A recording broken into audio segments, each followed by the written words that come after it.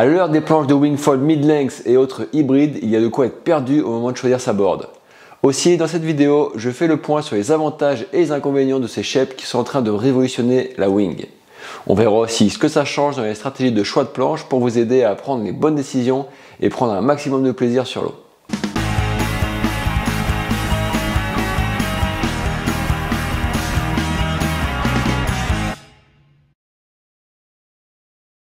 Salut les copains et les copines, bienvenue avec moi sur la Water Sport Zone. Cette semaine, on va donc parler du choix de planches de wingfoil compte tenu des nouveautés qui sont arrivées cette année. J'avais consacré une vidéo sur ce thème il y a 2 ans, je vous la mets en lien ici. Elle est globalement toujours valable, sauf que les mid-lengths n'existaient pas à l'époque et qu'en fait ça change quand même pas mal la donne, surtout pour les pratiquants confirmés. En effet, le wingfoil est encore un sport jeune et donc logique que le matériel évolue encore assez fortement. Depuis 2023, les nouvelles planches inspirées des planches de Subfoil Downwind ont révolutionné la pratique dans le petit temps, en faisant gagner jusqu'à 5 à 10 nœuds de plage basse dans certains cas, donc en wingfoil. Cependant, les planches longues de Downwind n'ont pas que des avantages et les designers ont donc pensé des mid-lengths, donc ce sont un peu des hybrides, dont l'illustration chez Duotone est la Skybrid que je vous montre à l'écran. Alors j'évoque cette planche, la Skybrid, parce que Duotone est le partenaire de cette vidéo et donc je vais la prendre en exemple sur ce thème. Mais ceci dit, les infos que je vais partager sont globalement à peu près transposables sur les planches équivalentes sur le marché. Donc pour revenir au vif du sujet, on s'est aussi aperçu que autant les petites planches étaient super fun en vol, autant elles avaient l'inconvénient majeur d'être peu accessibles, de réduire la plage d'utilisation à une navigation surtoilée et d'être de surcroît aussi plus physique. Donc les mid-lengths sont arrivés, mais en fait c'est quoi une mid-length? Alors une mid-length, c'est une planche plutôt longue, donc on parle d'une planche de 5 à 6 pieds, mais plutôt étroite avec 19 à 23 pouces de large selon le volume, qui reste relativement porteur, le plus souvent entre 70 et 100 litres, même s'il y a des exceptions. Ces planches se différencient des planches de débutants, un peu plus courtes et surtout beaucoup plus larges, et des planches de freestyle, plus courtes et moins volumineuses. Alors, qu'est-ce que ça change? Les mid-lengths comme la Skybrid de chez Duotone représentent-elles le meilleur des deux mondes? Je vous propose de brosser rapidement les points forts et les points faibles de ces planches. Donc si on commence par les points forts, c'est des planches qui ont un peu de volume, donc elles flottent, ça se déplace bien sur l'eau, sur la carène, et on obtient un départ en vol super précoce. Ce caractère permet de mettre des petits foils et de bien se lancer. Donc l'effet secondaire, c'est aussi que ça permet de naviguer vite. Ça permet aussi de mettre des petites wings et de décoller tôt, donc une nave moins physique.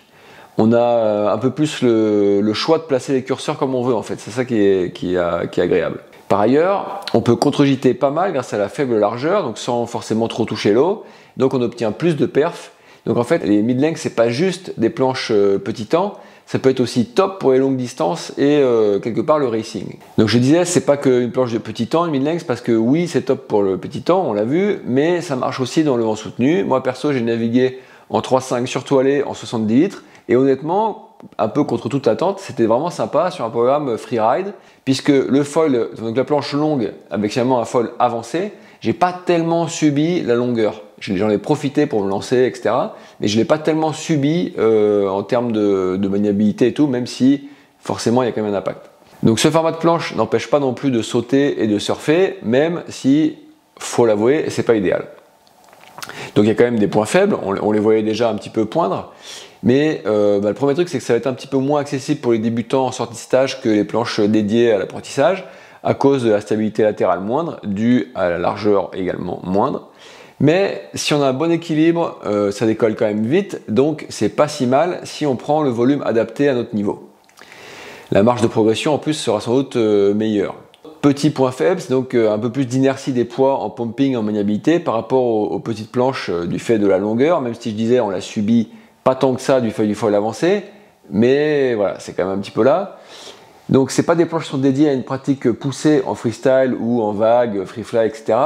Mais pour une pratique freeride pépère, voire racing dans certains cas, il y a clairement quand même toujours les atouts. Qu'est-ce qu'on a? On a aussi moins de place pour les pieds pour manœuvrer du fait de la faible largeur, même si en fait c'est avant tout psychologique et que c'est parce qu'en fait finalement sur une large planche, si on met les planches pas au bon endroit, en fait on a du levier et ça fait tout basculer aussi, faut pas l'oublier. Mais c'est vrai que ça peut être freinant psychologiquement d'avoir cette planche étroite. Et que ce point faible dans les manœuvres est aussi compensé par des frottements moindres aux touchettes qui finalement facilitent le rattrapage de manœuvres approximatives. Donc bon an, mal an, on est quand même sur des gammes de planches hyper intéressantes pour un très grand nombre d'entre nous. Maintenant se pose la question en fait, de quelle stratégie en fait, et de choix de volume il faut avoir pour constituer son quiver ou juste choisir sa mid-length. Donc pour moi en fait, si on a un niveau confirmé et qu'on maîtrise les manœuvres, etc. et qu'on cherche une planche freeride perf unique à tout faire avec un bonus important en petit temps, alors en fait il faut choisir un volume légèrement inférieur ou égal à son poids. Et plus ce sera petit, plus on s'orientera vers un programme performance pure, quoi. Après, si on a un niveau débrouillé, confirmé, qu'on cherche une planche vraiment pour optimiser son petit temps et médium, à ce moment-là, on va plutôt s'orienter vers un volume de son poids, voire 10-15 litres de plus. Et donc là, ça peut être une planche unique si ce sont les seules conditions, donc léger, médium, que l'on vise.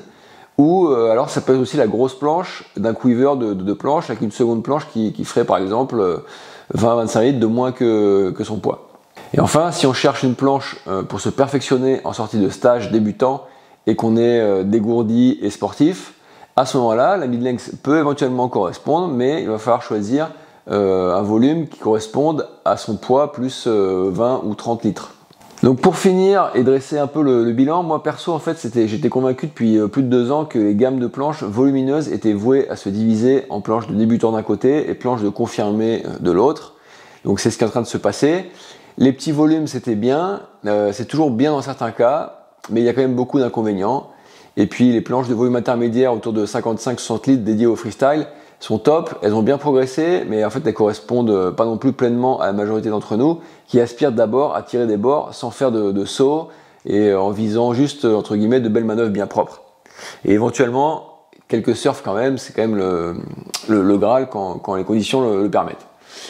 Donc dans ce contexte, les mid-lengths ou les hybrides tels que la Skybrid là sont arrivés par le petit temps, mais à l'image de la Skybrid que j'ai eu l'occasion de bien tester depuis plusieurs mois, elle ne s'y limite pas non plus.